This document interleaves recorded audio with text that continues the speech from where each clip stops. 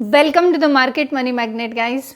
आज यहाँ इस वीडियो में हम बात करने वाले एक ऐसे हिडन जेम के बारे में जो कि बहुत से लोगों को ये पेनी स्टॉक के बारे में ऐसे लगता है कि ये एक हिडन जेम है।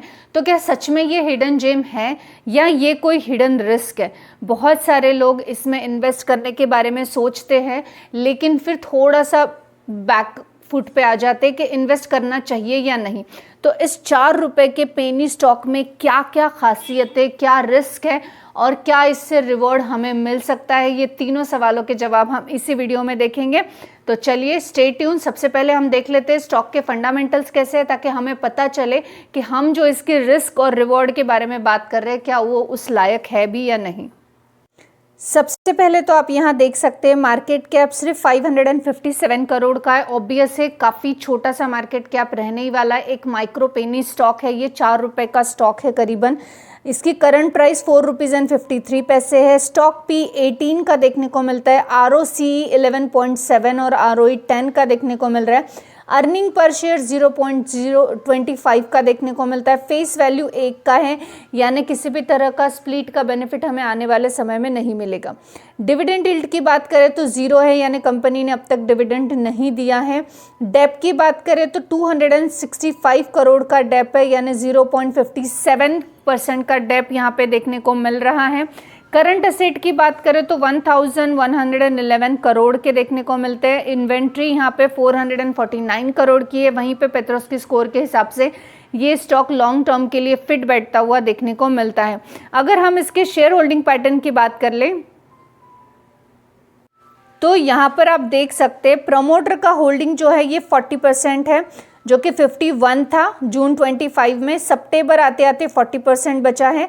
अब 40% बचा है, लेकिन यहाँ पे FIS और DIS अगर बढ़ गए होते तो थोड़ा सा पॉजिटिव फैक्टर हम ये बोल सकते थे। स्टिल यहाँ पे जो है पब्लिक की होल्डिंग बढ़ी है। FIS 0.23% और DIS 0.16% है, यानी 1% से भी कम, यहाँ पे आधा % से भी कम जो है इंस्टीट्यूशनल इन्वेस्टर्स हमें देखने को मिलते हैं। वहीं पे अगर हम बात कर ले इसके प्रॉफिट एंड लॉस अकाउंट की तो आप यहाँ पे देख सकते हैं। सबसे पहले बैलेंस शीट अगर हम देखें तो रिजर्व्स जो हैं, ये कंपनी के रिजर्व्स हमें ग्रोइंग मैनर में देखने को मिल रहा है, which is one of the positive factor. As well as जो टोटल असेट्स है ये भी कंपनी की बढ़ रही है, ये भी एक पॉजिटिव फैक्टर है। वहीं पे अगर हम बात कर ले प्रॉफिट एंड लॉस अकाउंट की तो आप देख सकते हैं जो कंपनी का सेल्स है वो सेल में कंटिन्यूसली ग्रोथ देखने को मिलती है। साथ ही साथ एक्सपेंसेस भी कंपनी के बढ़ते हुए नज़र आ रहे हैं। OPM भी यहाँ पे बढ़ता हुआ देखने को मिल रहा है। If you want to know detail about OPM तो आप मुझे कमेंट सेक्शन में OPM लिखिएगा। हम OPM पे एक डिटेल वीडियो संडे के दिन लेकर आएंगे, ताकि आप समझ पाओ कि OPM का contribution profit and loss account में क्यों इतना इम्पोर्टेंट माना गया है। अगर यहाँ पे हम नेट प्रॉफिट की बात कर ले तो नेट प्रॉफिट भी यहाँ पे बढ़ता हुआ नज़र आ रहा है। यहाँ पे ऑब्वियस है ये एक पेनी स्टॉक है, तो आप नंबर्स बहुत ज़्यादा एक्सपेक्ट नहीं कर सकते। डिविडेंड अभी तक कंपनी ने दिया नहीं है। अर्निंग पर शेयर में भी ग्रोथ देखने को मिल रही है। तो बेसिकली करंट क्वार्टर में हमें इसमें अच्छी खासी ग्रोथ देखने को मिल रही है। अब बात हम करते हैं ये स्टॉक है कौन सा और इस स्टॉक के एग्जैक्टली जो positive factor, negative factor, risk factor और इसमें इन्वेस्ट करना चाहिए या नहीं, ये सारे फैक्टर्स पे हमारा व्यू कैसा रहने वाला है। सबसे पहले तो ये स्टॉक की हम जो बात कर रहे हैं वो स्टॉक है, हम बात कर रहे हैं सर्वेश्वर फूड लिमिटेड के बारे में। अब सर्वेश्वर फूड लिमिटेड में एग्जैक्टली पॉजिटिव फैक्टर्स क्या है, क्या अच्छी चीज़ें हैं अगर हम इसको स्टडी के लिए या बाय के लिए कंसिडर करते हैं। तो सबसे पहले तो रिसेंटली सर्वेश्वर जो फूड है इन्होंने अनाउंस किया था राइट इशू, और ये मैनेजमेंट ने कंफर्म किया था कि ये फंड रेज जो है प्रॉपरली यूज़ होने वाला है उनके अपने कंपनी के ग्रोथ के लिए। तो ये एक पॉजिटिव फैक्टर सर्वेश्वर फूड का हमें करंटली देखने को मिला। इसके अलावा कंपनी क्लेम करती है कि स्ट्रॉन्ग फूड सेफ्टी और क्वालिटी प्रोटोकॉल्स यहाँ पे जो है अप्लाई किए जाते हैं। रॉ मटेरियल का जो प्रोसेस है वो भी ट्रस्टेबल फार्मर से है। प्रोसेसिंग फैसिलिटी और मॉडर्न मिलिंग्स और पैकेजिंग जो है ये सर्टिफाइड है ISO की तरफ से, यानी ऑर्गेनिक फूड ये प्रोवाइड कर रहे हैं, ऐसा ISO सर्टिफिकेट इनके पास है। ये भी एक पॉजिटिव फैक्टर है, बहुत अच्छी बात है फूड इंडस्ट्री में। जो तीसरा पॉइंट यहाँ पे हमें पॉजिटिव सर्वेश्वर फूड का देखने को मिलता है वो ये है कि जो फाइनेंशियल फ्रंट है, ये सारा data, total revenue, net profit, ये सब बढ़ रहा है रिसेंट ईयर में। फॉर एग्जाम्पल अगर रेवेन्यू और प्रॉफिट आफ्टर टैक्स की बात की जाए तो 7.91 करोड़ रिस्पेक्टिवली वो हुआ है 26.97 करोड़। तो एक massive growth actually current year में सर्वेश्वर फूड की हमें देखने को मिली है। ये 2023 से तो 2023 से 2025 के बीच में हमें एक अच्छी खासी ग्रोथ सर्वेश्वर फूड में देखने को मिली है। इसके अलावा पॉजिटिव फैक्टर सर्वेश्वर फूड का हमें ये भी देखने को मिलता है कि कंपनी का लॉन्ग हिस्ट्री बिजनेस देखने को मिलता है और लेगेसी कंपनी की करीबन 130 इयर्स की, यानी काफ़ी एक्सपीरियंस्ड कंपनी ये देखने को मिलती है। और एक डाइवर्सिफाइंग प्रोडक्ट पोर्टफोलियो इनके पास देखने को मिलता है।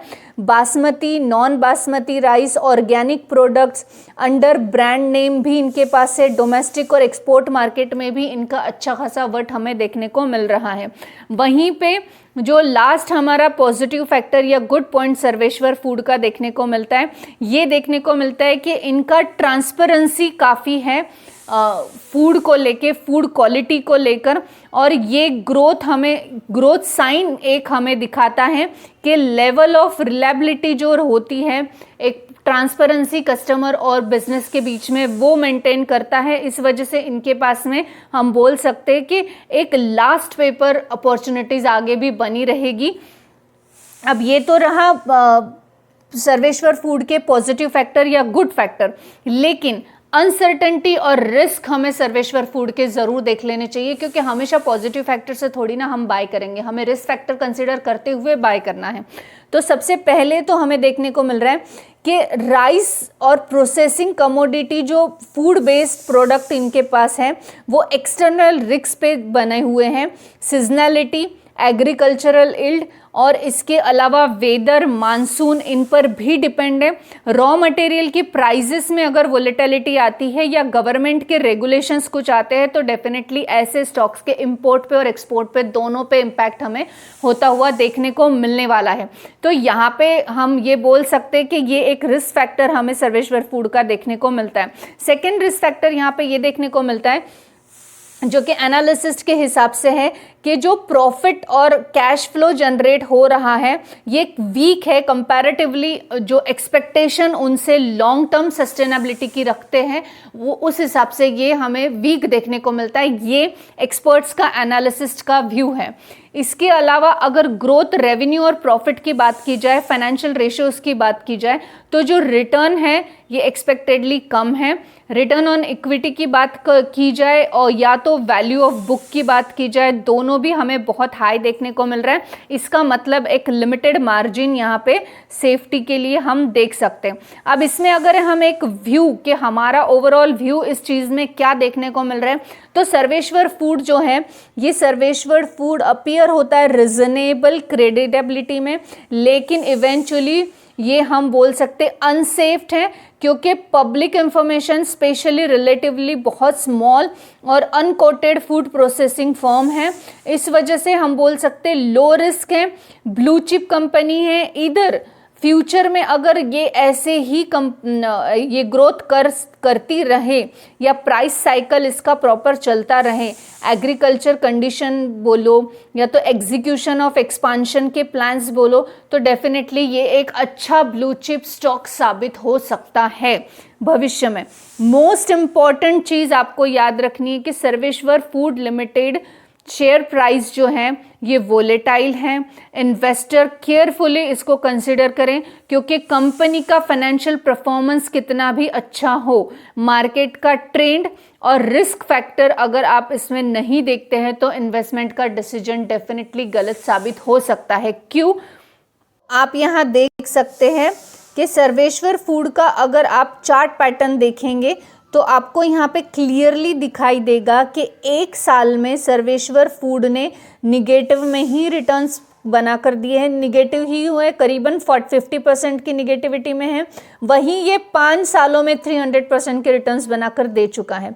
तो यहाँ पर अगर आप इसको लॉन्ग टर्म में कंसिडर करना चाहते हो विद द प्रिकॉशन और रिस्क को कंसिडर करते हुए, तो आप डेफिनेटली इसमें कुछ डिसीजन सही ले पाए। अदरवाइज पूरा पैसा आपको यहाँ पे लॉस करना भी पड़ सकता है, क्योंकि ये स्टॉक के फाइनेंशियल्स अभी इम्प्रूव हो रहे हैं, स्टॉक के पास काफ़ी पॉजिटिव फैक्टर हैं, लेकिन स्टिल आपको इस स्टॉक के अगर फंडामेंटल्स पर नज़र रखते नहीं आती है कुछ ईयर आगे भी कंटिन्यूसली अगर ये अच्छा परफॉर्मेंस दे रहा है या नहीं, तो ऐसे स्टॉक से आपको दूर रहना चाहिए। जो लोग स्टॉक को बाय करने के बाद उसके फाइनेंशियल्स पे, फंडामेंटल्स पे, इम्प्रूवमेंट पे नज़र रख पाते हैं, वही लोग ऐसे स्टॉक्स को बाय करने के लिए सही पर्सन हैं, हम ऐसा बोल सकते हैं। अगर this information is only for the educational purpose, I am not giving any recommendation here. If you want to buy, ask your financial advisor first. Thanks for watching.